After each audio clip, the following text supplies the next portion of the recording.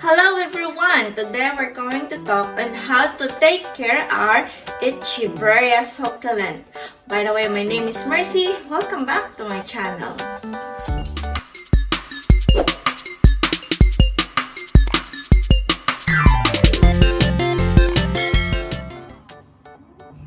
How to grow and care Echeveria.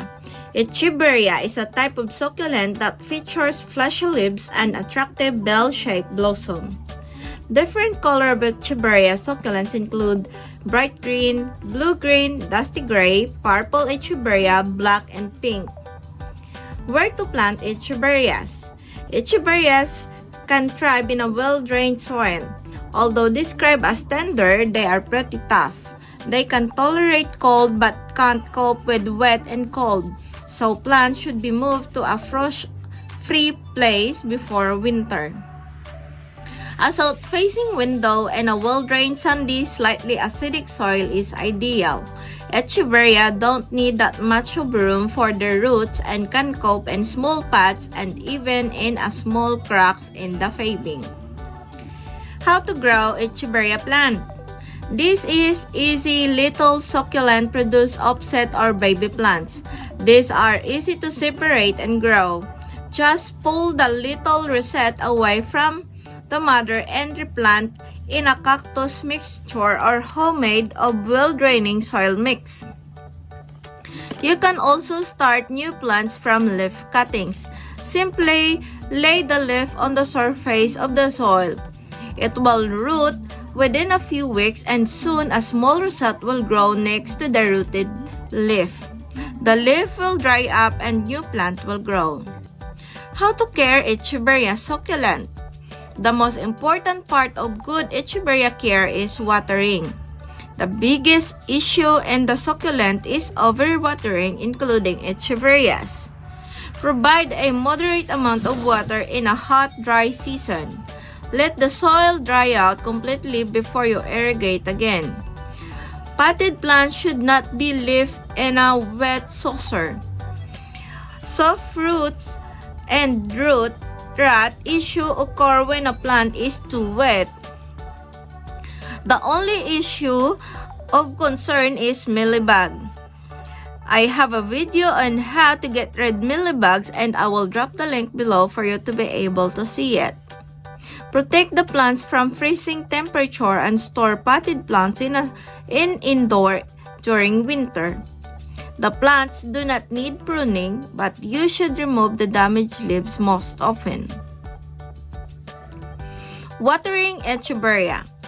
Water according to temperature, as Echeveria will need much more water in a full heat of summer and lots less when it's cool or rainy season.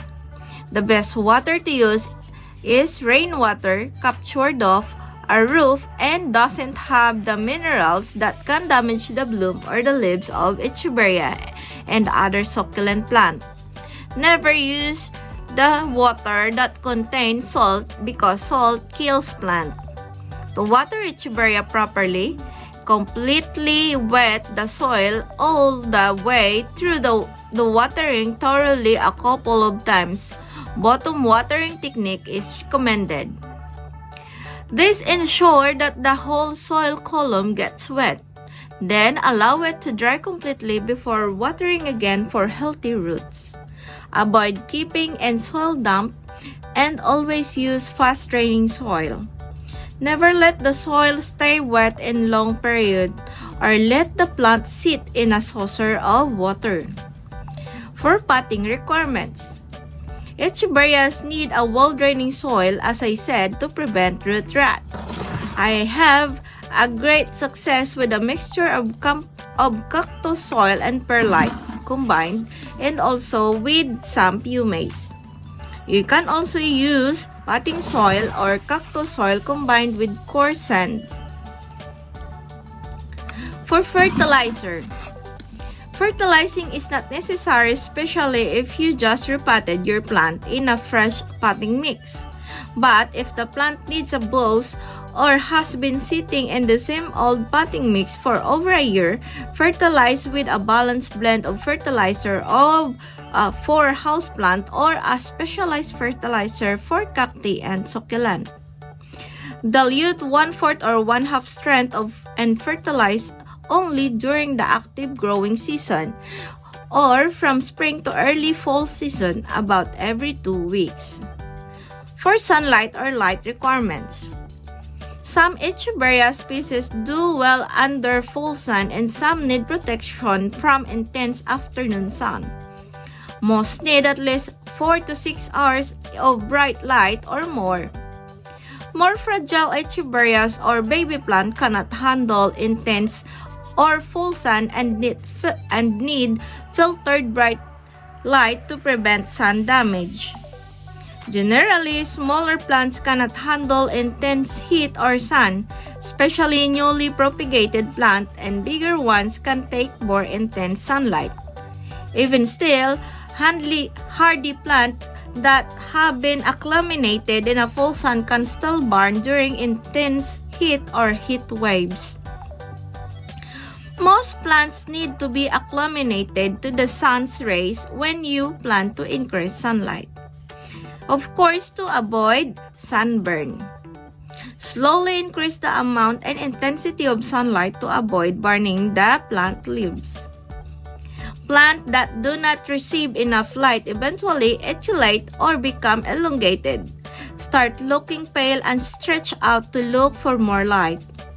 Place plant in south or east facing window indoors to ensure adequate lighting. But if your house doesn't get enough light, you can use a light bulb that will aid for the light requirements of your succulent. For toxicity, Echeveria can be moderately causing mouth irritation and stomach indigestion to human and pets when ingested. So there you have it. Those are the main tips on how to grow and care for Echeveria succulents. Let me know in the comments below if you have any additional information on how to take care of Echeveria succulents according to your experience. If you like it, share this video with your friends. Happy planting and bye-bye for now. I hope to see you next time.